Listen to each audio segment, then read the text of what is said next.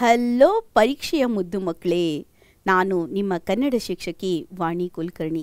ಏನಪ್ಪ ಮ್ಯಾಮ್ ಏನು ಮಾಡ್ತಾ ಇದ್ದಾರೆ ಈ ತರಗತಿಯಲ್ಲಿ ಅಂತ ಏನಾದರೂ ಪ್ರಶ್ನೆ ಬರ್ತಾ ಇದೆಯಾ? ಬರಲೇಬೇಕಲ್ವಾ? ಇವತ್ತಿನ ತರಗತಿಯಲ್ಲಿ ಮಕ್ಕಳೇ ನಾವು ಹಳೆಗನ್ನಡದ ಗದ್ಯ ಭಾಗವಾದಂಥ ಅಗ್ನಿಭೂತಿ ವಾಯುಭೂತಿಯರ ಕತೆ ಅಂತ ಹೇಳಿ ಒಂದು ಗದ್ಯ ಭಾಗವನ್ನು ಮಾಡೋಣ. ಏನಿದೆ ಮ್ಯಾಮ್, ಇದರಲ್ಲಿ ಯಾರು ಬರೆದಿದ್ದಾರೆ ಇದನ್ನು ಅಂತ ಹೇಳಿ ಏನಾದರೂ ಪ್ರಶ್ನೆಗಳು ಬರ್ತಾ ಇದೆಯಾ? ಬರಲೇಬೇಕಲ್ವ ಮಕ್ಕಳೇ? ಬನ್ನಿ ಹಾಗಿದ್ರೆ ನಮ್ಮ ತರಗತಿಯನ್ನು ಪ್ರಾರಂಭ ಮಾಡೋಣ. ಏನಪ್ಪ ತರಗತಿ ಅಂತ ಹೇಳಿದಾಗ ನಾವಿಲ್ಲಿ ಕಲಿಕಾಂಶಗಳಿದೆ. ಯಾರು? ಕೃತಿಕಾರರ ಪರಿಚಯ. ಮಕ್ಕಳೇ ಕೇಳ್ತಾ ಇರ್ತೀರಲ್ವಾ, ಕೃತಿಕಾರ ಪರಿಚಯವನ್ನು ಆಗಲೆಲ್ಲ ಕೇಳ್ತಾ ಇರ್ತೀರಾ ನೀವು. ಏನು ಮ್ಯಾಮ್, ಯಾವುದು ಕೃತಿಕಾರ ಪರಿಚಯ ಅಂತ ಹೇಳಿ ಕೇಳ್ತಾ ಇರ್ತೀರಾ. ಇದು ತುಂಬ ತುಂಬ ಇಂಪಾರ್ಟೆಂಟು ಮಕ್ಕಳೇ. ಓಕೆ, ಗದ್ಯದ ಆಶಯ, ಪ್ರವೇಶ ಮತ್ತು ಏನಾಗಿದೆ ಅಂದರೆ ಸಾರಾಂಶ. ನೋಡಿ, ಇದೂ ಕೂಡ ತುಂಬ ಇಂಪಾರ್ಟೆಂಟು. ಏನು ಮ್ಯಾಮ್ ಎಲ್ಲ ಇಂಪಾರ್ಟೆಂಟ್ ಅಂತ ಹೇಳ್ತಾ ಇದ್ದೀರಾ ಅಂತ ಹೇಳಿ ಏನಾದರೂ ಬರ್ತಾ ಇದೆಯಾ ಮಕ್ಕಳೇ? ಹೌದು, ಇಲ್ಲಿ ಏನಾಗುತ್ತೆ ಅಂದರೆ ಹಳೆಗನ್ನಡದ ಗದ್ಯ ಆಗಿರೋದ್ರಿಂದ ಇದು 10ನೇ ಶತಮಾನ 9ನೇ ಶತಮಾನ 10ನೇ ಶತಮಾನದಲ್ಲಿ ಬಂದಿರೋ ಗದ್ಯ ಆಗಿರೋದ್ರಿಂದ ಇಲ್ಲೇನಾಗುತ್ತೆ ಅಂದರೆ ನೀವು ಹೊಸಗನ್ನಡದ ಸಾರಾಂಶವನ್ನು ನೆನಪಲ್ಲಿಟ್ಕೋಬೇಕು. ಅದನ್ನು ನೀವು ಸಾರಾಂಶವನ್ನು ಬರೆದಿಟ್ಕೊಂಡ್ರೂ ಓಕೆ, ನಿಮ್ಮ ಮಾತುಗಳಲ್ಲಿ ನೀವು ಬರೆದಿಟ್ಕೊಂಡ್ರೂ ಓಕೆ. ಆವಾಗ ನಿಮ್ಗೆ ಈಸಿ ಆಗುತ್ತೆ ಏನು ಮಾಡೋದಕ್ಕೆ, ಕ್ವಶನ್ ಆನ್ಸರ್ ಬರೆಯೋದಕ್ಕೆ. ಇಲ್ಲಿ ಅಭ್ಯಾಸ ಭಾಗ ಇದೆ. ಮ್ಯಾಮ್ ನೀವು ಅಭ್ಯಾಸ ಭಾಗ ಕೊಟ್ಟಿಲ್ವಾ ಅಂತ ಹೇಳಿ ಏನಾದರೂ ಕ್ವಶನ್ ಬರ್ತಾ ಇದೆಯಾ? ಇಲ್ಲ ಮಕ್ಕಳೇ, ನಾನು ಅಭ್ಯಾಸ ಭಾಗವನ್ನು ಕೊಟ್ಟಿದ್ದೀನಿ. ಇಲ್ಲಿ ನಿಮ್ಮ ಡಿಸ್ಕ್ರಿಪ್ಷನ್ ಬಾಕ್ಸಲ್ಲಿ ಅಭ್ಯಾಸ ಭಾಗವನ್ನು ಹಾಕಿದ್ದೀನಿ. ಇದು ಇದೇ ವರ್ಷ ಇಂಟ್ರೊಡ್ಯೂಸ್ ಆಗಿರೋದ್ರಿಂದ, ಇದೇ ವರ್ಷ ಬಂದಿರೋದ್ರಿಂದ ಪಾಠ, ಇದಕ್ಕೆ PYQs ಇಲ್ಲ, ಇದಕ್ಕೆ ಓನ್ಲಿ ಅಭ್ಯಾಸ ಭಾಗ ಇದೆ. ಸರಿನಾ ಮಕ್ಕಳೇ? ಹಾಗಿದ್ರೆ ಇನ್ಯಾಕೆ ತಡ, ಹೋಗೋಣ ಕೃತಿಕಾರರ ಪರಿಚಯವನ್ನು ಮಾಡ್ಕೊಳ್ಳೋಣ. ಯಾರಪ್ಪ ಕೃತಿಕಾರರು ಅಂತ ಹೇಳಿದರೆ ಶಿವಕೋಟಿ ಆಚಾರ್ಯ ಅಂತ ಹೇಳಿ. ಯಾರಪ್ಪ ಅವರು? ಶಿವಕೋಟಿ ಆಚಾರ್ಯ ಅಂತ ಹೇಳ್ತೀವಿ. ಎಲ್ಲಿ ಹುಟ್ಟಿದ್ರು ಅಂತ ಹೇಳಿ ನಿಮ್ಗೆ ಏನಾದರೂ ಕ್ವಶನ್ ಬರ್ತಾ ಇದೆಯಾ? ಹೌದು, ಇವರು 10ನೇ ಶತಮಾನದ ವಿಜಯನಗರ ಅಂತ ಹೇಳಿದರೆ ಹೊಸಪೇಟೆ ಬರುತ್ತಲ್ಲ, ಅಲ್ಲಿ ಹಂಪಿ ಹೊಸಪೇಟೆ ಎಲ್ಲ ಬರುತ್ತಲ್ಲ ಆ ಕಡೆ. ವಿಜಯನಗರ ಜಿಲ್ಲೆಯ ಕೊಟ್ಟೂರು ತಾಲೂಕಿನ ಕೋಗಳಿ ಅಂತ ಹೇಳಿ ಅಲ್ಲಿಯ ಪ್ಲೇಸ್ನವರು, ಅಲ್ಲಿ ನಾಡಿನವರು ಅಂದರೆ ಅಲ್ಲಿ ಪ್ಲೇಸ್ನವರು ಅಂತ ಹೇಳಿ. ಈ ಕೋಗಳಿ ಅನ್ನೋ ನಾಡಿದೆಲ್ಲ ಬಳ್ಳಾರಿಯಲ್ಲಿ ಬರುತ್ತೆ, ಬಳ್ಳಾರಿ ಹತ್ತಿರ ಬರುತ್ತೆ, ಅಂದರೆ ಬಳ್ಳಾರಿ ಡಿಸ್ಟಿಕ್ ಅಂತ ಹೇಳಿ ಹೇಳೋದಕ್ಕೆ ಹೇಳ್ತಾ ಇದ್ದಾರೆ. ಇಲ್ಲಿ ಹಗರಿ ಬೊಮ್ಮನಹಳ್ಳಿ ಅಂತ ಹೇಳಿ ಒಂದು ಪ್ಲೇಸ್ ಇದೆ, ಅದು ಕೂಡ ತಾಲೂಕಾ ಪ್ಲೇಸು. ಅಲ್ಲಿ ತಾಲೂಕಿನಲ್ಲಿ ಈ ಒಂದು ಕೋಗಳಿ ಅನ್ನೋ ಗ್ರಾಮ ಬರುತ್ತೆ ಅಂತ ಹೇಳ್ತಾ ಇದ್ದಾರೆ. ಇದು ಏನಿದೆ ಅಂತ ಹೇಳಿದಾಗ ಇಲ್ಲಿ 19 ಕಥೆಗಳಿವೆ. ಯಾವುದು? ಧಾರ್ಮಿಕ ಕಥೆಗಳಿದೆ. 19 ಧಾರ್ಮಿಕ ಕಥೆಗಳಿದೆ. ಇಲ್ಲಿ ಏನು ಬರೆದಿದ್ದಾರೆ ಅಂತ ಹೇಳಿದರೆ ನೀವು ಗೊತ್ತಿರಬೇಕು ಯಾವಾಗಲೂ ಮಕ್ಕಳೇ, ನಾವು ನಮ್ಮ ಹಳೇ ಕಾಲದ ಕಥೆಗಳಲ್ಲಿ ಏನಾಗಿತ್ತು, ನೀತಿಗಳಿರ್ತಿತ್ತು. ಧರ್ಮ ಅಂದ್ರೇನು, ಹೇಗಿರಬೇಕು, ವಿದ್ಯಾರ್ಥಿ ಅಂದರೆ ಹೆಂಗಿರಬೇಕು ಅಂತ ಹೇಳೆಲ್ಲ ಇರ್ತಿತ್ತಲ್ವ. ಆ ಥರ ಇಲ್ಲಿ ವಿದ್ಯಾರ್ಥಿಗಳಿಗೆ ಹೇಳಿ ಮಾಡಿಸಿದಂಥ ಒಂದು ಕಥೆ ಅಂತ ಹೇಳ್ಬೋದು. ಏನು ಮ್ಯಾಮ್ ಹಿಂಗೆ ಹೇಳ್ತಾ ಇದ್ದೀರಾ ಅಂತ ಹೇಳಿದ್ರೆ ನಿಮಗೆ ತುಂಬ ರೆಲೆವೆಂಟ್ ಆಗಿರೋದು ಮಕ್ಕಳೇ ಇದು. ಯಾಕಂತ ಹೇಳಿದರೆ ಇಲ್ಲಿ ವಿದ್ಯಾರ್ಥಿ ದೆಸೆಯಲ್ಲಿ ಅಂದರೆ ವಿದ್ಯಾರ್ಥಿ ಜೀವನದಲ್ಲಿ ನೀವು ಹೇಗಿರಬೇಕು, ಹೇಗೆ ನಿಷ್ಠಾವಂತರಾಗಿರಬೇಕು, ಹೇಗೆ ಕಥೆ ನೀವು ಎಲ್ಲ ಪಾಲಿಸಬೇಕು, ನೀವು ಯಾವುದೇ ರೀತಿಯಾಗಿ ದುಶ್ಚಟಗಳಿಗೆ ಒಳಗಾಗಬಾರ್ದು, ಮತ್ತು ಶ್ರದ್ಧೆಯಿಂದ ವಿದ್ಯೆಯನ್ನು ಕಲಿಬೇಕು ಅನ್ನೋದು ಈ ಒಂದು ಕಥಾವಸ್ತು ಆಗಿದೆ ಅಂತ ಹೇಳ್ತಾರೆ. ಹಾಗಿದ್ರೆ ಮ್ಯಾಮ್ ನಿಮಗೆ ಕ್ವಶನ್ ಬರ್ಬೋದು, ಏನು ಮ್ಯಾಮ್ ಇದರಲ್ಲಿ ಇಷ್ಟನ್ನೇ ಕೊಟ್ಟಿದ್ದಾರಾ ಅಂತ ಹೇಳಿ. ಇಲ್ಲ, ಇನ್ನೂ ಅನೇಕ ವಿಷಯಗಳಿದೆ ಮಕ್ಕಳೇ, ನಿಮಗೆ ಮುಂದೆ ಭಾಗದಲ್ಲಿ ನಾನು ಹೇಳ್ತಾ ಹೋಗ್ತೀನಿ. ಹಾಗಿದ್ರೆ ನಿಮಗೆ ಶಿವಕೋಟಿ ಆಚಾರ್ಯ ಬಗ್ಗೆ ಗೊತ್ತಾಯಿತು, ಅವರು ಯಾವ ಶತಮಾನದಲ್ಲಿ ಹುಟ್ಟಿದ್ರು ಅಂತ ಗೊತ್ತಾಯಿತು, ಮತ್ತು ಅವರು ಯಾವ ಊರಿನವರು ಅಂತ ಗೊತ್ತಾಯಿತು ಅಲ್ವಾ? ಹಾಗಿದ್ರೆ ಅವರು ಬರೆದಂಥದ್ದು ಯಾವ ಕೃತಿ ಅಂದರೆ ಒಡ್ಡಾರಾಧನೆ, ಕನ್ನಡದಲ್ಲಿ ಉಪಲಬ್ಧವಾದಂಥ ಗದ್ಯ ಕೃತಿ ಅಂತ ಹೇಳ್ತೀವಿ. ಗದ್ಯದಲ್ಲಿ ಗದ್ಯ ಭಾಗದಲ್ಲಿ, ಪದ್ಯ ಭಾಗದಲ್ಲಿ ನಿಮ್ಗೆ ಗೊತ್ತಿದೆ ಪಂಪನ ಆದಿಪುರಾಣ ಅಂತ ಹೇಳ್ತೀವಿ ನಾವು. ಗದ್ಯ ಭಾಗದಲ್ಲಿ ನೀವೇನು ಹೇಳಬೇಕು ಅಂದರೆ ಒಡ್ಡಾರಾಧನೆ ಅಂತ ಹೇಳ್ತೀವಿ. ಹಾಗಿದ್ರೆ ಕನ್ನಡದ ಮೊದಲುಗಳು ಅಂತ ಬಂದಾಗ ಇದು ಕೂಡ ಬರುತ್ತೆ ಮಕ್ಕಳೇ. ಹಾಗಿದ್ರೆ ಬನ್ನಿ ಮುಂದಿನ ಭಾಗದಲ್ಲಿ ಹೋಗೋಣ.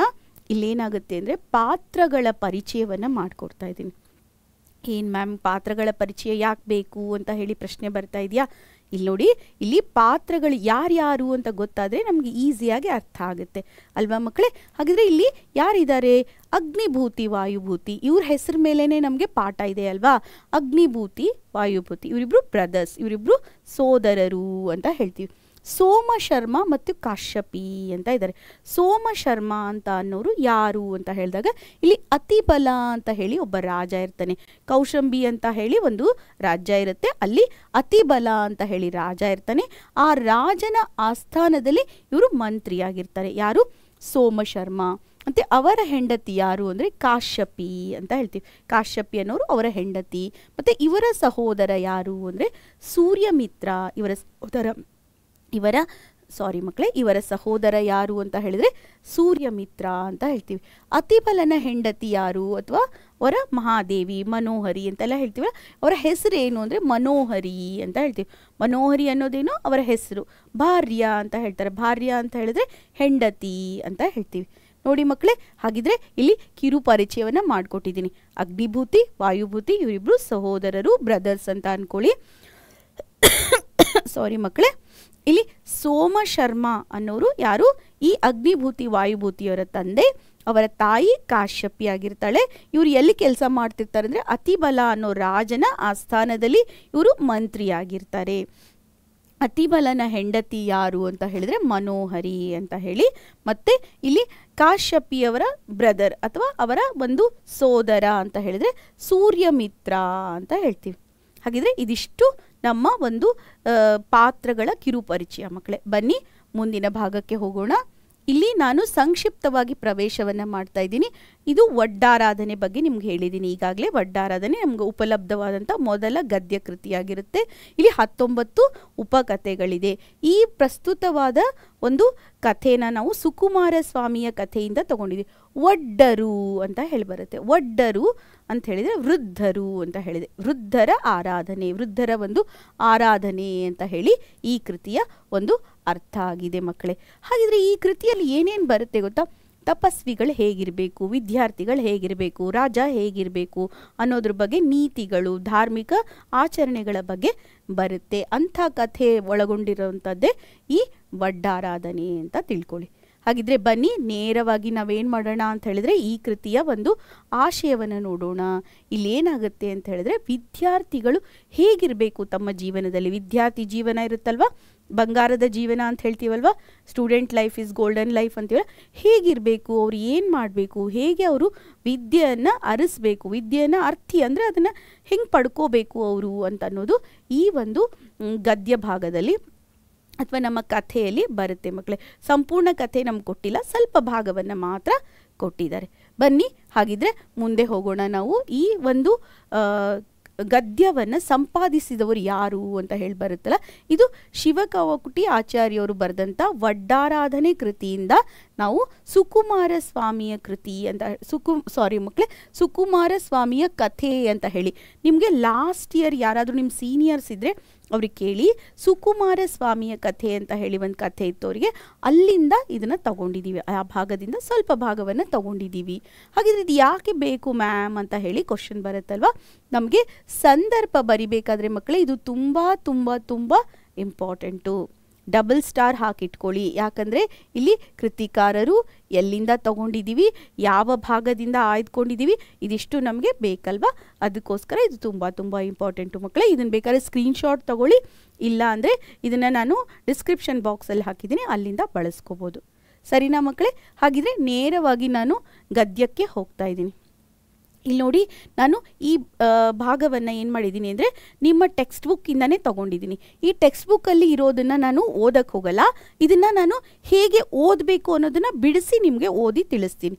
ನೋಡಪ್ಪ ಏನು ಅಂತ ಹೇಳಿದರೆ, ಇಲ್ಲಿ ಜಂಬೂ ದ್ವೀಪದ ಭರತ ಕ್ಷೇತ್ರದೋಳ್ ವತ್ಸೆ ಅಂದರೆ ಜಂಬೂ ದ್ವೀಪದ ಭರತ ಕ್ಷೇತ್ರದ ವತ್ಸೆ ಅಂತ ಅನ್ನೋದು ಒಂದು ಊರು.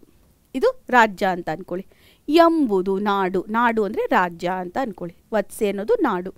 ಅಲ್ಲಿ ಕೌಸಂಬಿ ಅಂತ ಹೇಳಿ ಒಂದು ಊರಿದೆ. ಪೊಳಲ್ ಎಂಬುದು ಪೊಳಲ್ ಅಂತ ಹೇಳ್ತಾರೆ. ಇಲ್ಲಿ ನೀವೇನಾಗುತ್ತೆ ಅಂತ ಹೇಳಿದ್ರೆ, ಪೊಳಲ್ ಅಂತ ಹೇಳಿದಾಗ ನೀವೇನು ಮಾಡಬೇಕು ಅಂತ ಹೇಳಿದ್ರೆ ಊರು ಅಂತ ಹೇಳಿ ತಗೊಳ್ಳಿ. ಆಮೇಲೆ ಅಲ್ಲಿ ಆಳ್ವನ್ ಆಳುವ, ಯಾರು? ಅತಿಬಲ ಅಂತ ಕೊಟ್ಟಿದ್ದಾರೆ. ಅತಿಬಲ ಅಂತ ಹೇಳಿ ರಾಜ ಇದ್ದಾನೆ. ಆತನ ಮಹಾದೇವಿ ಮನೋಹರಿ, ಮಹಾದೇವಿ ಅಂತ ಹೇಳಿದ್ರೆ ಅವನ ಹೆಂಡತಿ ಮನೋಹರಿ ಎಂಬೋಳ್. ಪೆಸರ್ಗೆ ಅಂದರೆ ಹೆಸರಿಗೆ ತಕ್ಕಂತೆ ಅವಳು ನೋಡಿದರೆ ಏನಾಗ್ತಿತ್ತು, ಅವಳು ತುಂಬ ಚಂದ ಇದ್ಲು, ಮತ್ತು ಅವಳು ಅತ್ಯಂತ ರೂಪ ಲಾವಣ್ಯ ಸೌಭಾಗ್ಯ ಹಾವ ಭಾವ ವಿಲಾಸ ಇಲ್ಲಿ ಎಲ್ಲ ಹೊಂದಿದ್ಲು ಅಂತ ಹೇಳ್ತಾರೆ. ಅವರಿಬ್ಬರು ಏನಾಗಿದ್ರು ಸಂತೋಷವಾಗಿದ್ದರು, ಕಾಮಭೋಗಗಳನ್ನು ಅನುಭವಿಸುತ್ತೀರಿ ಅಂದರೆ ಎಲ್ಲ ರೀತಿಯಿಂದ ಸಂತೋಷವಾಗಿದ್ದರು ಅಂತ ಹೇಳ್ತಾ ಇದ್ದಾರೆ. ಸರಿನಾ ಮಕ್ಕಳೇ? ಇಲ್ಲಿ ನೋಡಿ, ಇದಿಷ್ಟು ಭಾಗವನ್ನು ನಾನು ಓದಿದ್ದೀನಿ. ಇದು ನಿಮ್ಮ ಟೆಕ್ಸ್ಟ್ ಬುಕ್ಕಲ್ಲೇ ಇದೆ, ಬೇಕಾದ್ರೆ ನೀವು ಟೆಕ್ಸ್ಟ್ ಬುಕ್ಕನ್ನು ತೆಗೆದು ಓದಿದರೆ ನಿಮ್ಗೆ ಅರ್ಥ ಆಗುತ್ತೆ. ಸರಿನಾ? ಇಲ್ಲೇನಾಗಿದೆ, ಜಂಬೂ ದ್ವೀಪ ಅಂತ ಹೇಳಿದೆ, ಅಲ್ಲಿ ವತ್ಸ್ಯ ಅಂತ ಹೇಳಿ ಒಂದು ವತ್ಸೆ ಅನ್ನೋದು ನಾಡಿದೆ, ಅಲ್ಲಿ ಕೌಸಂಬಿ ಅನ್ನೋದು ಒಂದು ಊರಿದೆ, ಪೊಳೆಲ್ ಅಂದರೆ ಊರು. ಆ ಊರಲ್ಲಿ ಯಾರು ಆಳ್ತಾ ಇದ್ದಾರೆ? ಅತಿಬಲ ಅಂತ ಹೇಳಿ ಒಬ್ಬ ಅರಸ ಆಳ್ತಾ ಇದ್ದಾನೆ. ಆತನ ಮಹಾದೇವಿ, ಆತನ ಹೆಂಡತಿ ಮನೋಹರಿಯಾಗಿದ್ದಾಳೆ, ಮತ್ತು ಅವಳಿ ಹೆಸರಿಗೆ ತಕ್ಕಂತೆ, ಮನೋಹರಿಯನ್ನು ಹೆಸರಿಗೆ ತಕ್ಕಂತೆ ಇದ್ದಾಳೆ, ರೂಪ ಲಾವಣ್ಯ ಎಲ್ಲ ಇದೆ ಅವಳಿಗೆ. ಅವರಿಬ್ಬರು ಏನು ತುಂಬ ಚೆಂದ ಇದ್ದಾರೆ, ಚೆನ್ನಾಗಿದ್ದಾರೆ, ಕಾಮಭೋಗಗಳು ಎಲ್ಲ ಇಷ್ಟ ಆಕಾಂಕ್ಷೆಗಳನ್ನು ಅನುಭವಿಸ್ತಾ ಆರಾಮಾಗಿದ್ದಾರೆ ಅಂತ ಹೇಳ್ತಾ ಇದ್ದಾರೆ. ಸರಿನಾ? ಹಾಗಿದ್ರೆ ನಾನು ಮುಂದಿನ ಭಾಗಕ್ಕೆ ಹೋಗ್ತಾ ಇದ್ದೀನಿ ನೋಡಿ. ಮತ್ತ ಅರಸನ ಮಂತ್ರಿ ಸೋಮಶರ್ಮ ಅಂತ ಹೇಳಿದ್ರು. ಯಾರು ಅಂತ ಹೇಳಿದಾಗ ಇಲ್ಲಿ ನೋಡಿ, ಇಲ್ಲಿ ಬರುತ್ತೆ, ಆ ಅರಸನ ಮಂತ್ರಿ ಸೋಮಶರ್ಮನ್ ಅಂತ ಹೇಳ್ತಾರೆ. ಶರ್ಮ ಅಂತ ಹೇಳಿದಾಗ ಇಲ್ಲಿ ಒತ್ತು ಬರುತ್ತೆ, ಸೋಮಶರ್ಮನ್ ಅಂತ ತಗೊಳ್ಳಿ. ಓಕೆ, ಸೋಮಶರ್ಮನ್ ಎಂಬೋನ್ ಆತನ ಭಾರ್ಯೆ ಅಂದರೆ ಹೆಂಡತಿ, ಆಗಲೇ ಹೇಳಿದ್ನಲ್ಲ, ಭಾರ್ಯ ಯಾರಾಗಿದ್ರು? ಕಾಶ್ಯಪಿ ಎಂಬೋಳ್, ಕಾಶ್ಯಪಿ ಅನ್ನೋಳು ಅವನ ಹೆಂಡತಿಯಾಗಿದ್ಲು ಅಂತ ಹೇಳ್ತಾರೆ. ಹಾಗಿದ್ರೆ ಮುಂದಿನ ಭಾಗದಲ್ಲಿ ನೋಡಿ, ಅವ್ರಿಗೆ ಮಕ್ಕಳಿದ್ರು ಅಂತ ಅನ್ನೋದನ್ನ ಹೇಳ್ತಾ ಹೋಗ್ತಾರೆ. ಇಲ್ಲಿ ನೋಡಿ, ಇದಿಷ್ಟು ಭಾಗವನ್ನು ನಾನಿಲ್ಲಿ ಬಿಡಿಸಿ ಓದ್ತಾ ಇದ್ದೀನಿ. ಆ ಅರಸನ ಮಂತ್ರಿ ಸೋಮಶರ್ಮನ್ ಅಂತ ಹೇಳಿದ್ವಲ್ಲ, ಎಂಬೋನ್ ಆತನ ಭಾರ್ಯೆ ಕಾಶ್ಯಪಿ ಅಂತ ಇದ್ಲಲ್ವ, ಅಲ್ಲಿ ಲಾಸ್ಟಲ್ಲೇ ಹೇಳಿದ್ನಲ್ಲ. ಈಗ ಅವರಿಬ್ಬರಿಗೆ ಏನಾಗಿದ್ರು? ಮಕ್ಕಳಿದ್ರು. ಯಾರವರು? ಮಕ್ಕಳು ಅಗ್ನಿಭೂತಿ ವಾಯುಭೂತಿ, ಅಗ್ನಿಭೂತಿ ಮತ್ತು ವಾಯುಭೂತಿ ಎಂಬ ಅವರ್ಗಳ ತಾಯಿ ತಂದೆಯರು. ಅಂದರೆ ಅವ್ರು ಹೇಳ್ದಂಗೆ ಅವರು ವೇದ ಮೊದಲಾದ ಶಾಸ್ತ್ರಗಳನ್ನು ಓದದೆ, ಅಂದರೆ ಶಾಸ್ತ್ರಗಳನ್ನು ಅವರು ಕಲಿಸಿರ್ತಾರೆ, ವಿದ್ಯೆ ಕಲಿಸೋಕೆ ಕಳಿಸಿದ್ರೆ ಅವುಗಳನ್ನು ಓದದೆ, ಕಸವರಂ ಅಂದರೆ ಕೆಲಸ, ಅವ್ರ ಕೆಲಸ ಏನೂ ಇಲ್ಲದೆ ಏನು ಮಾಡ್ತೀರ? ವ್ಯಸನಗಳು ಅಂದರೆ 7 ವ್ಯಸನಗಳು, ಅವುಗಳಿಗೆ ಚಟಕ್ಕೆ ದಾಸರಾಗಿರ್ತಾರೆ ಅಂತ ಹೇಳ್ತಾರೆ. ಅವರು ಏನು ಮಾಡ್ತಾರೆ ಅಂತ ಹೇಳಿದ್ರೆ, ತುಂಬ ಕಾಲದಿಂದ ಅವ್ರು ಏನು ಮಾಡ್ತಾ ಇರ್ತಾರೆ? ವಿದ್ಯೆ ಕಲಿದೆ ಏನು ಮಾಡ್ತಾರೆ? ದಾಸರಾಗಿರ್ತಾರೆ. ಯಾವಕ್ಕೆ? ವ್ಯಸನಗಳಿಗೆ. ಎಂಥ ವ್ಯಸನಗಳು? ವ್ಯಸನಗಳು. ನೋಡಿ, ಇದು ಪ್ಲಸ್ ಸಪ್ತವಾದ ಪ್ಲಸ್ ವ್ಯಸನ.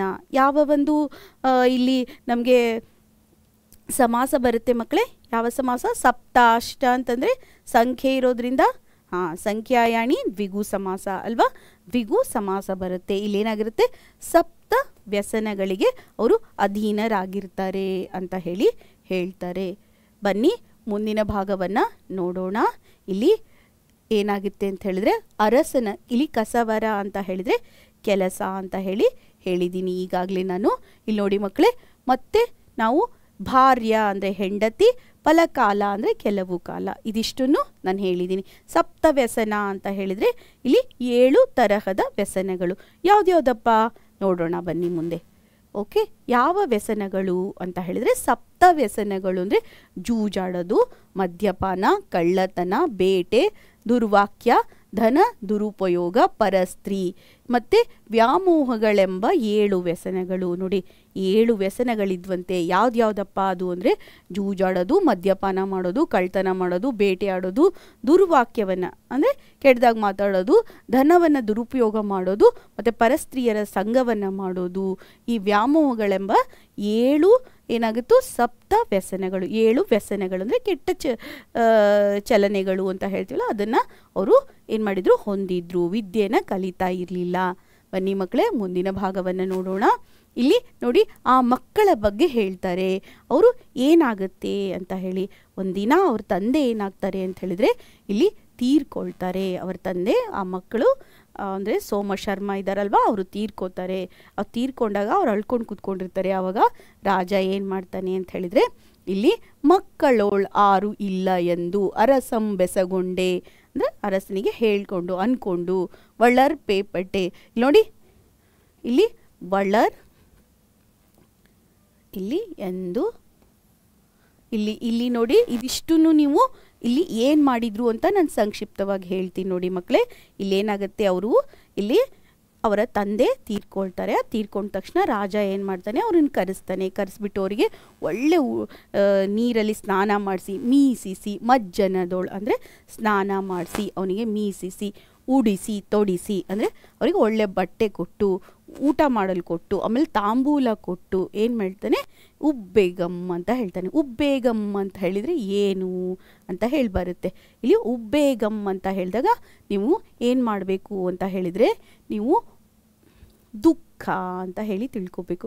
ಉಬ್ಬೇಗ ಅಂತ ಹೇಳಿದ್ರೆ ದುಃಖವನ್ನು, ಅವ್ರ ದುಃಖವನ್ನು ದುಃಖ ಪಡಬೇಡ್ರಿ ಅಂತ ಹೇಳಬೇಕಾಗಿರುತ್ತಲ್ಲ ಅಲ್ಲಿ. ಇಲ್ಲಿ ಬೆಸಗೊಂಡು ಅಂದರೆ ಭೇಟಿಯಾಗಿ, ಮಜ್ಜನ ಅಂದರೆ ಸ್ನಾನ, ಇಲ್ಲಿ ಉಬ್ಬೇಗ ಅಂದರೆ ದುಃಖ, ಅವ್ರಿಗೆ ದುಃಖ ಆಗಿರುತ್ತಲ್ವ, ಅವ್ರ ತಂದೆ ತೀರ್ಕೊಂಡಿದ್ದಕ್ಕೆ ದುಃಖ ಪಡಬೇಡಿ ಅಂತ ಹೇಳ್ತಾನೆ. ಅಂದರೆ ನೀವು ಯಾವ್ದಾದ್ರು ವಿದ್ಯೆಯಲ್ಲಿ ಏನಾದರೂ ಇದ್ದೀರಾ ಅಂತೆಲ್ಲ ಕೇಳಬೇಕಾಗಿರುತ್ತಲ್ಲ, ದುಃಖ ಪಡಬೇಡಿ ಅಂತ ಹೇಳಿ ಅವರಿಗೆ ದುಃಖವನ್ನು ನಿಮ್ಮ ಕೇಳ್ತಾನೆ. ಆಲಿಸಿ ಅಂದರೆ ಕೇಳಿಕೊಂಡು ಅವರಿಗೆ ನೀವೇನಾದರೂ ವಿದ್ಯೆಯಲ್ಲಿ ಪಾರಂಗತರಾಗಿದ್ದೀರಾ ಅಂತ ಹೇಳಿ ಕೇಳ್ತಾನೆ. ಕೇಳಿಬಿಟ್ಟು ಅವರಿಗೆ ಹೇಳ್ತಾನೆ ಸಭೆಯೊಳಗೆ.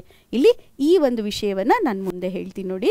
ಇಲ್ಲಿ ಏನಾಗುತ್ತೆ ಅಂತ ಹೇಳಿದ್ರೆ, ಅವನು ಅಲ್ಲಿ ಆಸ್ಥಾನದಲ್ಲಿ ಕರೆದ್ಬಿಟ್ಟು ಅವ್ರಿಗೆ ನೀವು ಯಾವುದಾದ್ರೂ ವಿದ್ಯೆಯಲ್ಲಿ ಪಾರಂಗತರಾಗಿದ್ದೀರಾ ಅಂತ ಕೇಳ್ತಾನೆ. ಅವರೇನಿಲ್ಲ, ಏನು ಮಾಡ್ತಾರೆ, ತಿವಿ ಅಂದರೆ ಕೆಳಗಡೆ ನೋಡಿಕೊಂಡು ಅವರು ಕಣ್ಣೀರು ಸೂಸ್ಕೊಂಡು ನಿಂತ್ಕೊಂಡಿರ್ತಾರೆ. ಆವಾಗ ರಾಜನಿಗೆ ಬೇಜಾರಾಗಿ ಅವನೇನು ಮಾಡ್ತಾನೆ, ಮತ್ತೊಂದು ಮಾತಾಡದೆ ಅದು ಆ ಮಂತ್ರಿತ್ವವನ್ನು ಏನು ಮಾಡ್ತಾನೆ ಅಂತ ಹೇಳಿದರೆ ಅವರ ದಾಯಾದಿಗಳಿಗೆ ಕೊಟ್ಬಿಡ್ತಾನೆ. ಅವರ ದಾಯಾದಿಗಳು ಅಂತ ಹೇಳಿದ್ರೆ ಅವರ ಅಣ್ಣ ತಮ್ಮಂದ್ರ ಮಕ್ಕಳಿರ್ತಾರಲ್ಲ ಅವರಿಗೆ ಕೊಟ್ಬಿಡ್ತಾನೆ ಅಂತ ಹೇಳ್ತಾರೆ. ಇಲ್ಲಿ ಕೆಲ ದಿವಸಂ ಬಟೆಯುಟ್ಟಿ ವರಿಸಿ ನೀವು ಆವ ಓದಂಗಳಂ ಬಲ್ಲಿರಿ ಎಂದು. ಮ್ಯಾಮ್ ಇದೇನು ಮ್ಯಾಮ್ ಹಿಂಗೆ ಹೇಳ್ತಾ ಇದ್ದೀರಾ ಅಂತ ಹೇಳಿ ಇದು ಮಾಡ್ಕೋಬೇಡಿ. ಇದಿಷ್ಟು ನಿಮಗೆ ನಿಮ್ಮ ಟೆಕ್ಸ್ಟ್ ಬುಕ್ಕಲ್ಲೇ ಇದೆ ಮ್ಯಾಮ್, ಅದನ್ನೇ ತೊಗೊಂಡಿದ್ದೀನಿ ನಾನು, ಟೆಕ್ಸ್ಟ್ ಬುಕ್ಕಿಂದನೇ ತೊಗೊಂಡಿದ್ದೀನಿ. ಓಕೆ. ಮಜು ಮಾತು ಗುಡದೆ ಕಣ್ಣ ನೀರು ಅಂದರೆ ಬೇರೆ ಮಾತು ಹೇಳಿದೆ, ಕಣ್ಣೀರು ಬಂದು ನೆಲವನ್ನು ನೋಡಿಕೊಂಡು ಅವ್ರೇನು ಮಾಡ್ತಾರೆ, ಸಭೆಯೊಳಗೆ ನಿಂತ್ಕೊಂಡಿರ್ತಾರೆ ಅಂತ ಹೇಳಿ ಹೇಳ್ತಾರೆ.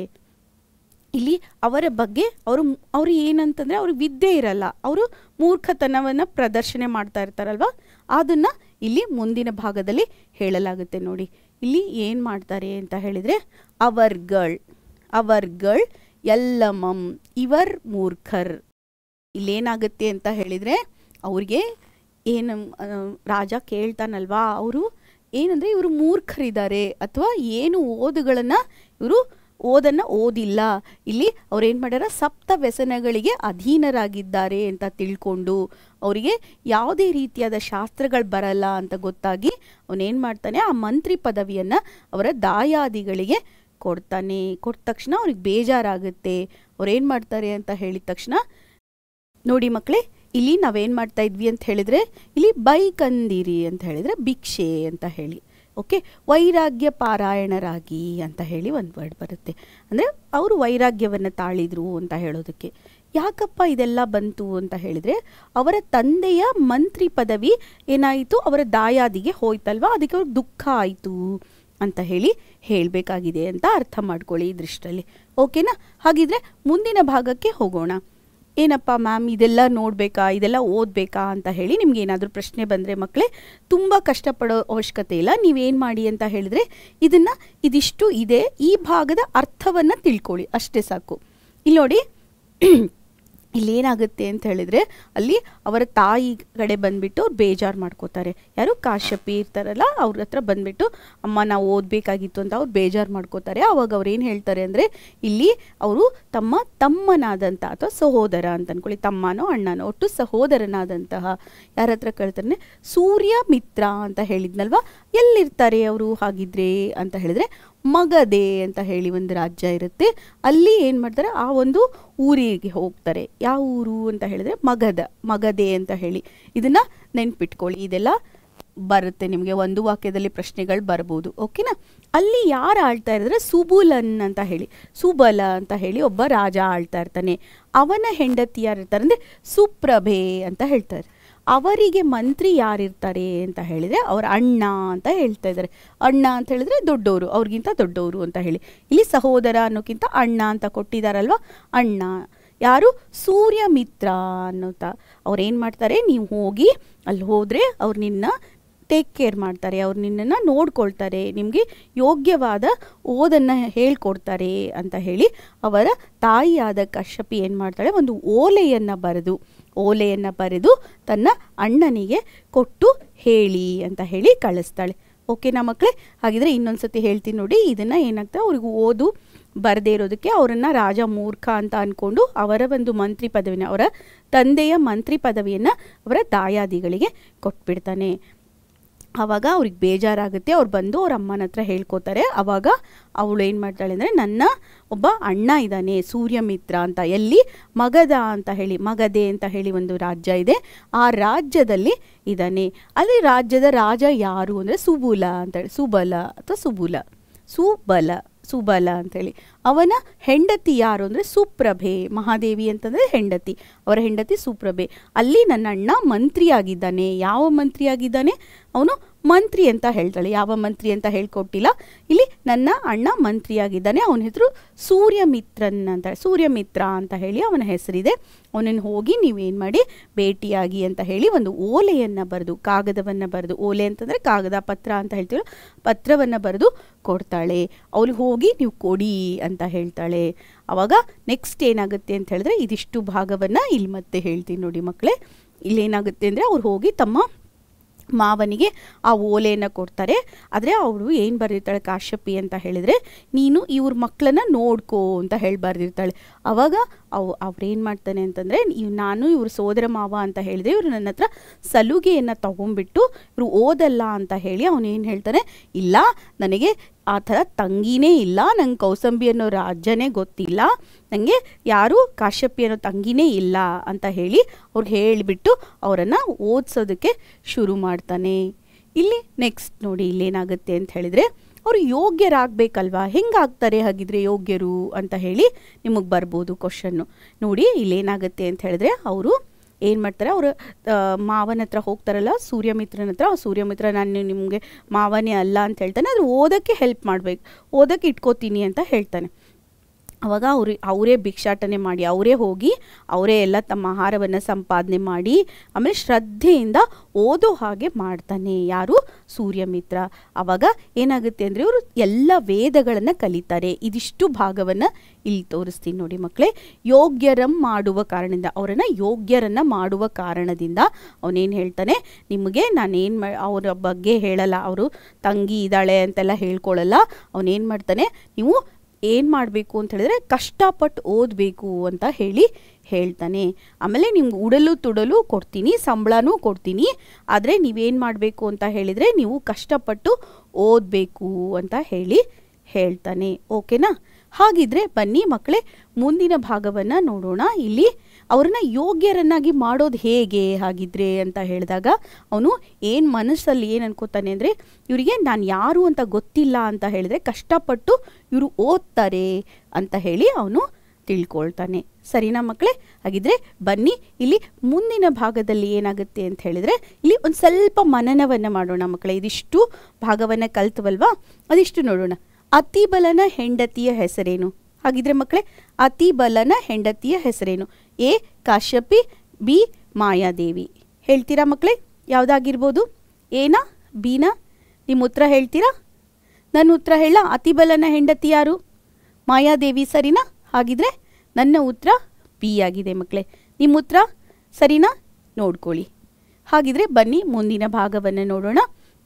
ಇಲ್ಲಿ ಸೋಮಶರ್ಮ ಯಾರು ಅಂತ ಹೇಳಿದೆ. ಯಾರು ಸೋಮಶರ್ಮ? ರಾಜನ, ಮಂತ್ರಿನ?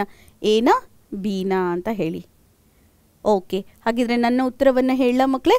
ಸೋಮಶರ್ಮ ಮಂತ್ರಿ ಅಲ್ವಾ?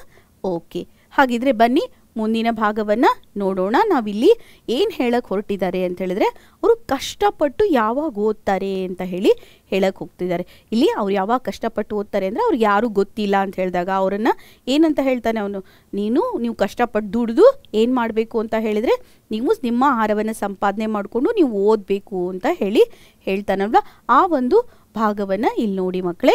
ಇಲ್ಲೇನಂತಾಳ, ನಾನು ನಿಮ್ಮನ್ನು ಓದಿಸಲ್ ಅಕ್ಕುಂ ಎಂದೊಡೆ ಅಂತ ಹೇಳ್ತಾನೆ. ಅಂದರೆ ನಾನು ಓದಿಸ್ತೀನಿ, ಆದರೆ ನೀವು ಚೆನ್ನಾಗಿ ಓದಬೇಕು ಅಂತ ಹೇಳ್ತಾನೆ. ಆವಾಗ ಅವ್ರು ಏನು ಮಾಡ್ತಾರೆ ಅಂದರೆ, ಕಷ್ಟಪಟ್ಟು ಓದ್ತಾರೆ ಮಕ್ಕಳೇ. ಕಷ್ಟಪಟ್ಟು ಓದಿ ಆಮೇಲೆ ಏನು ಮಾಡ್ತಾರೆ ಅಂತ ಹೇಳಿದ್ರೆ, ತಮ್ಮ ರಾಜ್ಯಕ್ಕೆ ಹೋಗಿ ಅಲ್ಲಿ ಮತ್ತೆ ತಮ್ಮ ತಂದೆಯ ಒಂದು ಮಂತ್ರಿತ್ವವನ್ನು ಪಡಿತಾರೆ ಎನ್ನುವುದು ಇದಿಷ್ಟು ಭಾಗ ಈ ಒಂದು ಗದ್ಯ ಭಾಗದಲ್ಲಿ ಬಂದಿದೆ ಮಕ್ಕಳೇ. ಹೌದಾ? ಹಾಗಿದ್ರೆ ಬನ್ನಿ ಮಕ್ಕಳೇ, ಇದರ ಒಂದು ಕನ್ನಡದ ಒಂದು ನಾವು ಸರಳ ಅನುವಾದವನ್ನು ನೋಡೋಣ. ಏನು ಮ್ಯಾಮ್ ಕನ್ನಡ ಅನುವಾದ ಅಂತ ಬೇರೆ ಹೇಳ್ತಾ ಇದ್ದೀರಾ ಅಂತ ಹೇಳಿ ನಿಮ್ಗೆ ಏನಾದ್ರು ಕ್ವಶನ್ಸ್ ಬರ್ತಾ ಇದೆಯಾ? ನೋಡಿ ಮಕ್ಕಳೇ, ನಾವು ಹೊಸಗನ್ನಡದ ಅನುವಾದವನ್ನು ನೋಡೋಣ. ಅವಾಗ ನಿಮ್ಗೆ ಈಸಿಯಾಗಿ ಅರ್ಥ ಆಗುತ್ತೆ. ಈ ಹೊಸಗನ್ನಡದ ಅನುವಾದಕ್ಕಿಂತ ಮುಂಚೆ ಮಕ್ಕಳೇ, ಈ ಹೊಸಗನ್ನಡದ ಅನುವಾದಕ್ಕಿಂತ ಮುಂಚೆ ಒಂದಿಷ್ಟು ಪದಗಳ ಅರ್ಥವನ್ನು ನೋಡೋಣ. 6 ಅಂಗಗಳು ಅಂತಂದರೆ ಏನು? ಅಂದರೆ ಅವರು 6 ಅಂಗಗಳನ್ನು ಕಲಿತಾರಲ್ವ. ಜ್ಯೋತಿಷ್ಯ, ಕಲ್ಪ, ನಿರುಕ್ತ, ಶಿಕ್ಷಾ, ವ್ಯಾಕರಣ, ಛಂದಸ್ಸು ಅಂತ ಹೇಳಿ 6 ಅಂಗಗಳು. ಅಂದರೆ ಆವಾಗ ಈ ಶಾಸ್ತ್ರಗಳನ್ನು ಕಲಿತಾ ಇದ್ರು ಅಂತ ಹೇಳ್ತಾರೆ. ಸಾಮುದ್ರಿಕ ಅಂತ ಹೇಳಿದ್ರೆ ಅಂಗೈ ನೋಡಿ ಶಾಸ್ತ್ರ ಹೇಳೋದಕ್ಕೆ ಸಾಮುದ್ರಿಕ ಶಾಸ್ತ್ರ ಅಂತ ಹೇಳ್ತಾರೆ. ಮತ್ತು ಶಾಲಿಹೋತ್ರ ಅಂತಂದರೆ ಒಬ್ಬರ ಋಷಿ ಹೆಸರು ಅವರು. ಓಕೆನಾ? ಇಲ್ಲಿ ಪಾಳ ಕಾಪ್ಯಂ ಅಂತ ಹೇಳಿ ಒಂದು ಬರುತ್ತೆ. ಇಲ್ಲಿ ನೋಡಿ ಪಾಳ ಕಾಪ್ಯಂ ಅಂತ ಹೇಳಿ ಬರುತ್ತೆ. ಗಜಶಾಸ್ತ್ರ, ಗಜದ ಬಗ್ಗೆ ತಿಳ್ಕೊಳ್ಳುವಂಥ ಶಾಸ್ತ್ರವನ್ನು ಗಜಶಾಸ್ತ್ರ ಅಂತ ಹೇಳ್ತೀವಿ. ನ್ಯಾಯ ವಿಸ್ತಾರ ಅಂದರೆ ತರ್ಕಶಾಸ್ತ್ರದ ಬಗ್ಗೆ ಹೇಳುವಂಥದ್ದು. ಶುಶ್ರುತ ಅಂತ ಹೇಳಿದರೆ ಇಲ್ಲಿ ನಿಮ್ಗೆ ಗೊತ್ತಿರಬೇಕು, ಹಳೆ ಕಾಲದಲ್ಲಿ ನಮ್ಮ ಡಾಕ್ಟರ್ ಅಂತ ಹೇಳ್ತೀವಿ. ಶಸ್ತ್ರಚಿಕಿತ್ಸೆ ಬಗ್ಗೆ ಹೆಚ್ಚಿನ ಆವಾಗಿನ ಕಾಲದಲ್ಲಿ ಅವ್ರು ಪ್ಲಾಸ್ಟಿಕ್ ಸರ್ಜರಿಯನ್ನು ಮಾಡಿದ್ರು ಅಂತ ಹೇಳ್ತಾರೆ. ಅವರು ಅಂಥ ಒಂದು ವೈದ್ಯ. ಇವರು ಬರದಂಥ ಇಲ್ಲಿ ಚರಕ ಅಂತ ಒಬ್ರು ಬರ್ತಾರೆ. ಇವರು ಚರಕ ಸಂಹಿತೆ ಅಂತ ಹೇಳಿ ಆಯುರ್ವೇದದ ಶಾಸ್ತ್ರವನ್ನು ಬರೆದಿದ್ದಾರೆ. ಅದಕ್ಕೆ ಚರಕ ಅಂತ ಹೇಳಿ ಇವ್ರ ಹೆಸರಿದೆ. ಸರಿನಾ ಮಕ್ಕಳೇ? ಹಾಗಿದ್ರೆ ಬನ್ನಿ ಮುಂದಿನ ಭಾಗವನ್ನು ನೋಡೋಣ. ಇಲ್ಲಿ ಅಗ್ನಿಭೂತಿ ವಾಯುಭೂತಿಯರ ತಂದೆ ಮತ್ತು ತಾಯಿ ಯಾರು ಅಂತ ಹೇಳಿ ಈ ಕ್ವಶನ್ ಬರ್ಬೋದು ಮಕ್ಕಳೇ ನಿಮಗೆ. ಹಾಗಿದ್ರೆ ಯಾರು? ಕಾಶ್ಯಪಿ ಮತ್ತು ಸೋಮಶರ್ಮನೋ, ಅತಿಬಲ ಮತ್ತು ಮಹಾದೇವಿನೋ? ಏನಾ ಬೀನಾ? ಓಕೆ ಮಕ್ಕಳೇ, ನನ್ನ ಉತ್ತರವನ್ನು ಕೊಡ್ತೀನಿ. ಎ ಆಗಿದೆ. ಇದು ಉತ್ತರ ಎ ಆಗಿದೆ. ಓಕೆ, ಇಲ್ಲಿ ನೋಡಿ ಮಕ್ಕಳೇ, ಇದು ಎ ಆಗಿದೆ ನನ್ನ ಉತ್ತರ. ಹಾಗಿದ್ರೆ ಮುಂದಿನ ಭಾಗವನ್ನು ನೋಡೋಣ. ಅತಿಬಲ ಯಾವ ರಾಜ್ಯವನ್ನು ಆಳುತ್ತಿದ್ದ ಅಂತ ಹೇಳಿ ಬರುತ್ತೆ. ಆವಾಗ ಭರತಖಂಡನ, ಕೌಸಂಬಿನ ಅಂತ. ಯಾವುದು ಮಕ್ಕಳೇ? ಏನಾ ಬೀನಾ? ಹಾಗಿದ್ರೆ ನನ್ನ ಉತ್ತರ ಹೇಳ್ತೀನಿ ನೋಡಿ, ಬಿ. ನಿಮ್ಮ ಉತ್ತರವನ್ನು ನೋಡಿ ಮಕ್ಕಳೇ. ಸರಿ. ಹಾಗಿದ್ರೆ ಬನ್ನಿ ಮಕ್ಕಳೇ ಮುಂದಿನ ಭಾಗವನ್ನು ನೋಡೋಣ. ಸೂರ್ಯಮಿತ್ರ ಯಾರು? ಈಗಾಗಲೇ ನೀವು ನೋಡಿದ್ರಲ್ಲ, ಸೂರ್ಯಮಿತ್ರ ಯಾರು ಅಂತ ಹೇಳಿದಾಗ ಇಲ್ಲಿ ಕಾಶ್ಯಪಿಯ ಸಹೋದರನ ಅಥವಾ ಅಗ್ನಿಭೂತಿ ವಾಯುಭೂತಿಯರ ಸೋದರ ಮಾವನ? ನೋಡಿ, ಕಾಶ್ಯಪಿಯ ಅಣ್ಣನ ಅಥವಾ ಅಗ್ನಿಭೂತಿ ವಾಯುಭೂತಿಯರ ಸೋದರ ಮಾವನ? ಎರಡೂ ಸರಿ ಅಲ್ವಾ ಮಕ್ಕಳೇ? ಎರಡೂ ಸರಿಯಾಗಿದೆ. ಎ ಮತ್ತು ಬಿ ಎರಡೂ ಆನ್ಸರ್ ಸರಿ. ಯಾಕಂದರೆ ಅವರ ಸೋದರ ಆಗಿದ್ರೆ ಇವರ ಸೋದರ ಮಾವ ಆಗಬೇಕಲ್ವಾ? ಓಕೆ, ಹಾಗಿದ್ರೆ ಬನ್ನಿ ಇಲ್ಲಿ ಇನ್ನೊಂದು ಸತಿ ಸಾರಾಂಶವನ್ನು ಕನ್ನಡದಲ್ಲಿ ಹೇಳ್ತಾ ಇದ್ದೀನಿ. ಅಂದರೆ ಏನಪ್ಪ ಮ್ಯಾಮ್ ಕನ್ನಡದಲ್ಲಿ ಹೇಳ್ತಾ ಇದ್ದೀರಾ ಅಂದರೆ ಹೊಸ ಕನ್ನಡದಲ್ಲಿ ಸಾರಾಂಶವನ್ನು ಹೇಳ್ತಾ ಇದ್ದೀನಿ ಮಕ್ಕಳೇ. ಇಲ್ಲಿ ಬನ್ನಿ ಮಕ್ಕಳೇ, ನಾನು ಮತ್ತೊಂದು ಸತಿ ಏನು ಮಾಡ್ತಾ ಇದ್ದೀನಿ ಅಂದರೆ ಹೊಸ ಕನ್ನಡದಲ್ಲಿ ಸಾರಾಂಶವನ್ನು ಹೇಳ್ತಾ ಇದ್ದೀನಿ. ಇಲ್ಲಿ ಕೌಸಂಬಿ ಅಂತ ಹೇಳಿ ಒಂದು ಪಟ್ಟಣ ಇತ್ತು. ಆ ಪಟ್ಟಣವನ್ನು ಅತಿಬಲ ಅಂತ ಹೇಳಿ ರಾಜ ಆಳ್ತಾ ಇದ್ದ. ಆತನ ಮಂತ್ರಿ ಸೋಮಶರ್ಮ ಆಗಿದ್ರ. ಆತನ ಪತ್ನಿ ಕಾಶ್ಯಪಿ ಆಗಿದ್ರು.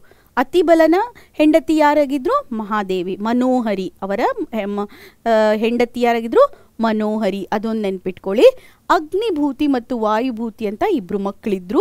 ಅವರಿಬ್ಬರು ಏನು ಹೆತ್ತವರ ಮಾತನ್ನು, ಅವರ ತಂದೆ ತಾಯಿ ಮಾತನ್ನ ಕೇಳದೆ, ವೇದಶಾಸ್ತ್ರಗಳನ್ನು ಅಧ್ಯಯನ ಮಾಡದೆ ಅವ್ರೇನು ಮಾಡ್ತಾ ಇದ್ರು ಅಂದರೆ ಅಡ್ಡದಾರಿಯನ್ನು ಹಿಡಿದಿದ್ರು. ಅಂದರೆ ಸಪ್ತ ವ್ಯಸನಿಗಳಾಗಿದ್ರು ಅಂತ ಹೇಳ್ತಾರಲ್ಲ, ಅಡ್ಡದಾರಿಯನ್ನು ಹಿಡಿತಾರೆ. ಕಾಲಾಂತರದಲ್ಲಿ ಸೋಮಶರ್ಮ ಅನ್ನೋರು ಮರಣ ಹೊಂದ್ತಾರೆ, ತೀರ್ಕೊಳ್ತಾರೆ ಅಂತ ಆಗುತ್ತೆ. ಅವನ ಮಕ್ಕಳಿಗೆ ಅರಮನೆಯಲ್ಲಿ ಕೆಲಸ ಕೊಡಲು, ಅಂದರೆ ಅವರ ಅರಮನೆಯಲ್ಲಿ ಏನಾದರೂ ಕೆಲಸ ಕೊಡಬೇಕು ಅಂಥೇಳಿ ಅವರು ಯಾರು ಕರೆಸ್ಕೋತಾರೆ? ರಾಜ ಕರೆಸ್ಕೊಳ್ತಾನೆ. ಅವರನ್ನು ಪರೀಕ್ಷೆಗೆ ಒಡ್ಡಿದಾಗ, ಅಂದರೆ ಪರೀಕ್ಷೆ ಮಾಡಿದಾಗ ಅವರು ವಿದ್ಯಾವಂತರಲ್ಲ, ಸೋಮಾರಿಗಳು ಹಾಗೂ ಉಂಡಾಡಿ ಗುಂಡಗಳು, ಅಂದರೆ ಏನು ಕೆಲಸಕ್ಕೆ ಬಾರದೇ ಇರೋರು ಅಂತ ಹೇಳಿ ಅರಿವಾಗಿ ಅವನೇನು ಮಾಡ್ತಾನೆ? ಸೋಮಶರ್ಮನ ಮರಣಾನಂತರ, ಅಂದರೆ ಅವನ ತೀರ್ಕೊಂಡ ನಂತರ ಅವನ ಮಂತ್ರಿ ಪದವಿಯನ್ನು ಯೋಗ್ಯತಾ ಆಧಾರದ ಮೇಲೆ, ಅಂದರೆ ಯಾರು ಡಿಸರ್ವ್ ಇರ್ತಾರೆ, ಯಾರಿಗೆ ಯೋಗ್ಯತೆ ಇರುತ್ತೆ ಅದರ ಮೇಲೆ ಅವನು ಅವರ ದಾಯಾದಿಗೆ ಕೊಡ್ತಾನೆ. ಯಾರು? ಅತಿಬಲ ಅನ್ನೋ ರಾಜ. ಯಾರು? ಕೌಸಂಬಿಯ ಅತಿಬಲ ಅನ್ನೋ ರಾಜ. ಅದರಿಂದ ಅಪಮಾನ ಆಗುತ್ತೆ ಯಾರಿಗೆ? ಈ ಅಗ್ನಿಭೂತಿ ವಾಯುಭೂತಿಗೆ. ಇವರಿಬ್ಬರು ತಮ್ಮ ತಾಯಿ ಕಾಶ್ಯಪಿಯ ಬಳಿ ಬಂದು ದುಃಖಿಸಿ ತಾವು ಏನು ಮಾಡಬೇಕು, ಏನು ತಪ್ಪು ಮಾಡಿದ್ವಿ, ನಾವು ಹಿಂಗೆ ಮಾಡಬಾರ್ದಾಗಿತ್ತು ಅಂತ ಹೇಳ್ತಾರೆ. ಹಾಗಿದ್ರೆ ಬನ್ನಿ ಮಕ್ಕಳೇ ಮುಂದಿನ ಭಾಗವನ್ನು ನೋಡೋಣ. ಇನ್ನು ಮುಂದೆ ನಾವು ವಿದ್ಯೆಯನ್ನು ಕಲಿಯೋದ್ರಲ್ಲಿ ಆಸಕ್ತಿ ತೋರ್ತೀವಿ ಅಂತ ಹೇಳಿ ಶಪಥವನ್ನು ಮಾಡ್ತಾರೆ.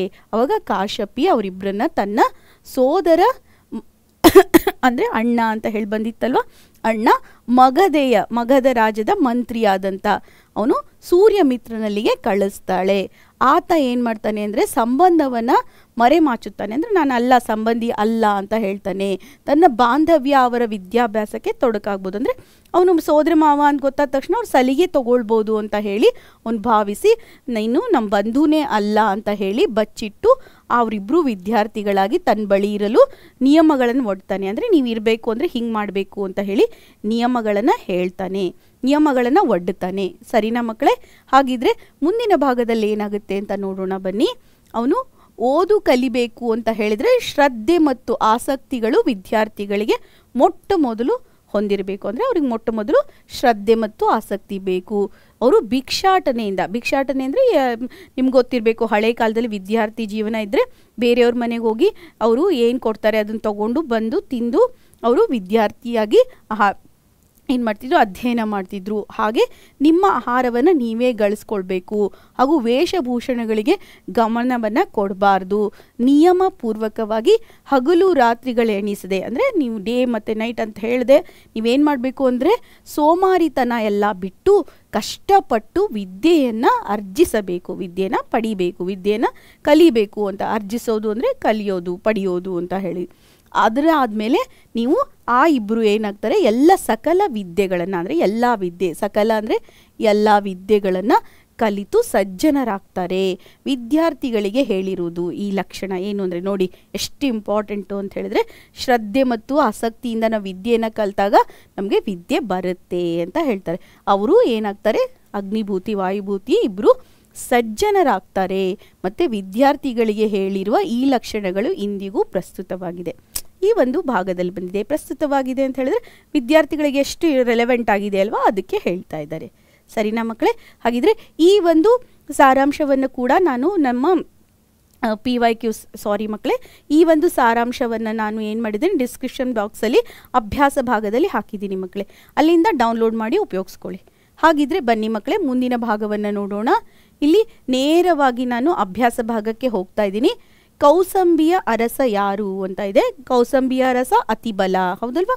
ಅತಿಬಲ ಅತಿಬಲ ಅಂತ ಹೇಳಿ ಬರೆದ್ರು ಆಯಿತು. ಸೋಮ ಶರ್ಮ ಮತ್ತು ಕಾಶ್ಯಪಿಯರ ಮಕ್ಕಳ ಹೆಸರೇನು ಅಂದರೆ ಅಗ್ನಿಭೂತಿ ಮತ್ತು ವಾಯುಭೂತಿ ಅಂತ ಬರೆದ್ರೆ ಆಯಿತು. ಬನ್ನಿ ಮಕ್ಕಳೇ, ಮುಂದಿನ ಭಾಗವನ್ನು ನೋಡೋಣ. ಕಾಶ್ಯಪಿ ವಿದ್ಯಾಭ್ಯಾಸಕ್ಕಾಗಿ ತನ್ನ ಮಕ್ಕಳನ್ನು ಯಾರ ಬಳಿಗೆ ಕಳುಹಿಸಿದಳು ಅಂತ ಹೇಳಿದೆ. ಕಾಶ್ಯಪಿ ವಿದ್ಯಾಭ್ಯಾಸಕ್ಕಾಗಿ ತನ್ನ ಮಕ್ಕಳನ್ನು ತನ್ನ ಅಣ್ಣನಾದ ಸೂರ್ಯಮಿತ್ರನ ಬಳಿಗೆ ಕಳುಹಿಸಿದಳು. ಸೂರ್ಯಮಿತ್ರನು ತನಗೆ ಕಾಶ್ಯಪಿ ಎಂಬ ತಂಗಿ ಇಲ್ಲ ಎಂದು ಯಾಕೆ ಹೇಳ್ದ ಅಂತ ಹೇಳಿದ್ರೆ, ಅವರು ಏನು ಮಾಡ್ತಾರೆ, ಸಲುಗೆಯನ್ನು ತಗೊಳ್ತಾರೆ ಅನ್ನೋ ಕಾರಣದಿಂದ ಅವನು ಹೇಳಲಿಲ್ಲ. ಸರಿನಾ ಮಕ್ಕಳೇ? ಹಾಗಿದ್ರೆ ಬನ್ನಿ ಮುಂದಿನ ಭಾಗವನ್ನು ನೋಡೋಣ. ಪಂಡಿತರಾದ ಅಗ್ನಿಭೂತಿ ವಾಯುಭೂತಿಯರಿಗೆ ದೊರೆತ ಪದವಿ ಯಾವುದು ಅಂತ ಹೇಳಿದ್ರೆ ಅವರಿಗೆ ಮಂತ್ರಿ ಪದವಿ ದೊರೆಯುತ್ತೆ. ಅವ್ರ ತಂದೆಯ ಮಂತ್ರಿ ಪದವಿ ಅವರಿಗೆ ದೊರೆಯುತ್ತದೆ ಅಂತ ಹೇಳಿ ಬರಿಬೇಕು. ಬನ್ನಿ ಮಕ್ಕಳೇ, ಮುಂದಿನ ಭಾಗವನ್ನು ನೋಡೋಣ. ಇಲ್ಲಿ 3-4 ವಾಕ್ಯದಲ್ಲಿ ಉತ್ತರಿಸಿ ಇದೆ. ರಾಜ್ಯಸಭೆಯಲ್ಲಿ, ಅಂದರೆ ರಾಜ್ಯಸಭೆಗೆ ಹೋಗಿರ್ತಾರಲ್ವ, ಅಲ್ಲಿ ಅಗ್ನಿಭೂತಿ ವಾಯುಭೂತಿಯರನ್ನು ಮೂರ್ಖರೆಂದು ತೀರ್ಮಾನಿಸಿದ್ರೆ ಯಾಕೆ ಅಂತ ಹೇಳಿದರೆ, ಅವ್ರು ಯಾವುದಕ್ಕೂ ಆನ್ಸರ್ ಕೊಡದೇ ಇರೋ ಕಾರಣದಿಂದ, ಆ ಒಂದು ಕಾರಣದಿಂದ ಅವ್ರನ್ನ ಮೂರ್ಖರು ಅಂತ ಹೇಳಿ ತೀರ್ಮಾನಿಸಿದ್ರು ಅಂತ ಹೇಳಿ ಬರಿಬೇಕು. ನೀವು ಅದಕ್ಕಿಂತ ಮುಂಚೆ ಅವ್ರು ಏನು ಮಾಡಿದ್ರು ಅಂತ ಹೇಳಿದ್ರೆ, ಅವ್ರ ಅಪ್ಪ ಅಮ್ಮನ ಮಾತು ಕೇಳದೆ ಸಪ್ತವ್ಯಸನಿಗಳಾಗಿದ್ದರು, ಆ ವಿಷಯವನ್ನು ಕೂಡ ಇಲ್ಲಿ ಬರಿಬೇಕು ಮಕ್ಕಳೇ. ಸರಿನಾ? ಹಾಗಿದ್ರೆ ಬನ್ನಿ ಮುಂದಿನ ಭಾಗದಲ್ಲಿ ನೋಡೋಣ. ಇಲ್ಲೇನಾಗಿದೆ ಅಂದರೆ, ಅಗ್ನಿಭೂತಿ ವಾಯುಭೂತಿಯರು ಸೂರ್ಯಮಿತ್ರನಿಂದ ಕಲಿತ ವಿದ್ಯೆಗಳಾವು, ಯಾವ ಯಾವ ವಿದ್ಯೆಗಳನ್ನು ಕಲಿತರು. ಇದು ತುಂಬ ತುಂಬ ತುಂಬ ಇಂಪಾರ್ಟೆಂಟು ಮಕ್ಕಳೇ. ನೀವು ಇಲ್ಲಿ ಏನೇನು ಬರಿಬೇಕು ಅಂದರೆ, ಫಸ್ಟು 4 ವೇದಗಳನ್ನು ಕಲಿತರು ಅಂತ ಬರಿಬೇಕು, 6 ಅಂಗಗಳನ್ನು ಕಲಿತರು ಅಂತ ಬರಿಬೇಕು. ಆವಾಗ 6 ಅಂಗಗಳು ಯಾವುದು ಅಂತ ಕೂಡ ಬರಿಬೋದು ನೀವು, ಓಕೆನಾ? ಆಮೇಲೆ 18 ಧರ್ಮಶಾಸ್ತ್ರಗಳನ್ನು ಕಲಿತರು ಅಂತ ಬರಿಬೇಕು. ಆವಾಗ ಎಲ್ಲ ಧರ್ಮಶಾಸ್ತ್ರಗಳನ್ನು ಕೂಡ ನೀವು ಬರಿಬೋದು ಮಕ್ಕಳೇ. ಹಾಗಿದ್ರೆ ಇಲ್ಲ ಮ್ಯಾಮ್ ನಾವು ಇಷ್ಟೇ ಬರಿತೀವಿ ಅಂತ ಹೇಳಿದರೆ ಇದರಲ್ಲಿ ಒಂದು 4-5 ಬರೆದ್ರು ಓಕೆ, ಅಂದರೆ ಎಲ್ಲ ಬರೆದ್ರು ತುಂಬ ಬೆಸ್ಟ್, ಓಕೆನಾ ಮಕ್ಕಳೇ? ಹಾಗಿದ್ರೆ ಇದಿಷ್ಟು ನೀವೇನು ಮಾಡಬೇಕು ಅಂತ ಹೇಳಿದ್ರೆ, ಒಂದು ಸ್ಕ್ರೀನ್ಶಾಟನ್ನು ತಗೊಳ್ಳಿ, ಇಲ್ಲ ಅಂದರೆ ಡಿಸ್ಕ್ರಿಪ್ಷನ್ ಬಾಕ್ಸಿಂದ ಬಳಸ್ಕೊಳ್ಳಿ. ಇಲ್ಲಿ ಏನು ಮ್ಯಾಮ್ ಇದೆಲ್ಲ ಹೆಂಗೆ ನೆನ್ಪಿಟ್ಕೋಬೇಕು ಅಂತ ಹೇಳಿದರೆ, ನಿಮಗೆ ವ್ಯಾಕರಣ ಆಗಲಿ, ನ್ಯಾಯಶಾಸ್ತ್ರ, ಛಂದಸ್ಸು, ಅಲಂಕಾರ, ನಿಘಂಟು ಇವೆಲ್ಲಂತೂ ನೆನಪಿರುತ್ತಲ್ವಾ, ಈಸಿ ಅಲ್ವಾ, ಅದನ್ನೆಲ್ಲ ನೆನ್ಪಿಟ್ಕೊಳ್ಳಿ. ಸರಿನಾ? ಓಕೆ. ಹಾಗಿದ್ರೆ ನಾನು ಮುಂದಿನ ಭಾಗಕ್ಕೆ ಹೋಗ್ತಾ ಇದ್ದೀನಿ ಮಕ್ಕಳೇ. ಇಲ್ಲಿ ನಾನು ಒಂದು ಸಂದರ್ಭವನ್ನು ವಿವರಿಸಿದ್ದೀನಿ. ಸಂದರ್ಭದಲ್ಲಿ ಆಯ್ಕೆ ನಿಮ್ಗೆ ಈಗಾಗಲೇ ಹೇಳಿದ್ದೀನಿ, ಆಯ್ಕೆ ವಡ್ಡಾರಾಧನೆ ಶಿವಕೋಟಿ ಆಚಾರ್ಯರು ಮತ್ತು ಸುಕುಮಾರ ಸ್ವಾಮಿಯ ಕಥೆಯಿಂದ ಇದನ್ನು ಆಯ್ದುಕೊಂಡಿದ್ದೀವಿ ಅಂತ ಹೇಳಿ ಬರೆದ್ರೆ ಆಯಿತು. ಆಮೇಲೆ ಇಲ್ಲಿ ಕಣ್ಣೀರಂ ತಿವಿ ನೇಲಂ ಬರೆಯುತ್ತೀರೆ ಅಂತ ಹೇಳಿದೆ. ಇಲ್ಲಿ ಯಾವಾಗ ರಾಜ ಅಲ್ಲಿ ಕೇಳಿದಾಗ ಅವರು ಏನು ಮಾಡಿದ್ರು, ಕಣ್ಣಲ್ಲಿ ನೀರು ಬಂತಲ್ವ, ಅವ್ರ ನೆಲವನ್ನು ನೋಡ್ತಾ ಇದ್ರಲ್ವ, ಆ ವಿಷಯವನ್ನು ಆ ಸಂದರ್ಭವನ್ನು ಇಲ್ಲಿ ಬರೀಬೇಕು ಮಕ್ಕಳೇ, ಸರಿನಾ. ಈಗ ಇದರಲ್ಲಿ ಸ್ವಾರಸ್ಯ ಏನಾಗಿದೆ ಅಂತ ಹೇಳಿದರೆ, ಇಲ್ಲಿ ತಂದೆ ತಾಯಿಯರ ಮಾತಿಗೆ ಅವ್ರು ಕಿವಿ ಕೊಡದೆ ಏನು ಮಾಡ್ತಾರೆ, ಅಗ್ನಿಭೂತಿ ವಾಯುಭೂತಿಯವರು ಅವಿದ್ಯಾವಂತರಾಗಿ ಉಳಿತಾರಲ್ವ, ಅವಾಗ ಕಣ್ಣೀರು ಸುರಿಸ್ತಾ ಇರ್ತಾರೆ, ಪಶ್ಚಾತ್ತಾಪ ಪಡ್ತಾ ಇರ್ತಾರೆ ಅಂತ ಹೇಳಿ ಅದನ್ನು ಸ್ವಾರಸ್ಯಪೂರ್ಣವಾಗಿ ವರ್ಣಿಸಲಾಗಿದೆ ಅಂತ ಹೇಳಿ ಬರೆದ್ರೆ ಆಯಿತು ಮಕ್ಕಳೇ, ಸರಿನಾ. ಹಾಗಿದ್ರೆ ಇದಿಷ್ಟು ಎಲ್ಲ ಸಂದರ್ಭಗಳನ್ನು ನಾನು ಏನು ಮಾಡಿದ್ದೀನಿ ಅಂದರೆ ಡಿಸ್ಕ್ರಿಪ್ಷನ್ ಬಾಕ್ಸಲ್ಲಿ ಹಾಕಿದ್ದೀನಿ ಮಕ್ಕಳೇ, ಅಲ್ಲಿಂದ ಡೌನ್ಲೋಡ್ ಮಾಡಿ ಉಪಯೋಗಿಸ್ಕೊಳ್ಳಿ, ಸರಿನಾ ಮಕ್ಕಳೇ. ಹಾಗಿದ್ರೆ ಮುಂದಿನ ಭಾಗವನ್ನು ನೋಡೋಣ ಬನ್ನಿ. ಇಲ್ಲಿ ಮತ್ತೊಂದು ವಿದ್ಯಾರ್ಥಿಗಳಾಗಿ ಯೋಧಂ ಕಲ್ವೆ ಮೇಳ್ತಂ, ಇಲ್ಲಿ ನೋಡಿ ಇಲ್ಲಿ ನೋಡಿ ಬಂದಿರೋ ಪಡೆ ಅಂತ ಹೇಳ್ತಾ ಇದ್ದಾರೆ.